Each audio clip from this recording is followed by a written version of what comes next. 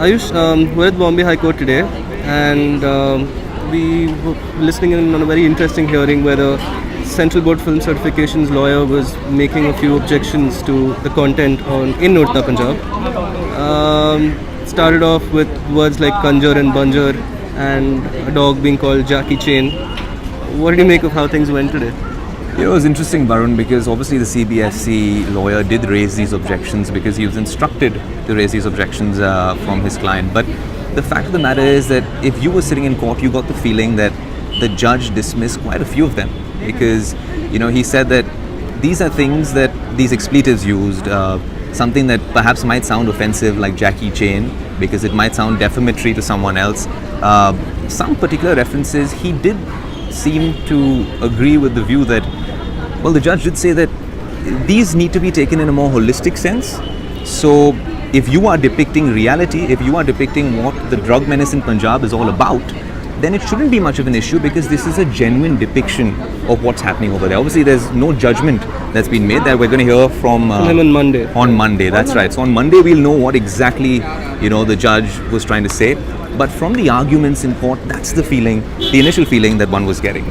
There was a very interesting point made about the sovereignty of India being impacted. That's a very interesting point because Ravi Kadam, the lawyer for Phantom Films, actually was offered an opportunity to rebut what the other side was saying. When he actually did get up, the first thing he said was that it's almost laughable that there's a guideline 2 part 14 that the Censor Board was referring to, and they said that this film and the expletives and the entire script of this film and wherever they've raised objections, it violates the sovereignty and integrity of India, which is something which everyone seems to believe is not entirely true because that is a very grave circumstance. Perhaps we don't want to be putting out any spoilers here, but there's a scene in the movie where drugs are being tossed from Pakistan all the way into India across the border, presumably the Wagah border. Yeah, possibly. That's what. And that's what we gathered from there. Obviously, we haven't watched the movie yet.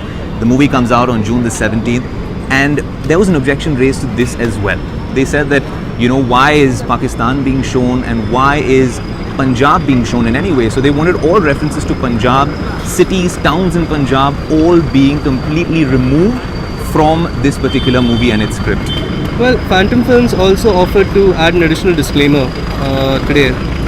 In fact, that was the main point because that's how the entire hearing actually ended, was when Phantom Films said that, the lawyer for Phantom Films came out there and they said that they initially did have a disclaimer and they have tweaked the disclaimer to include a lot of these things.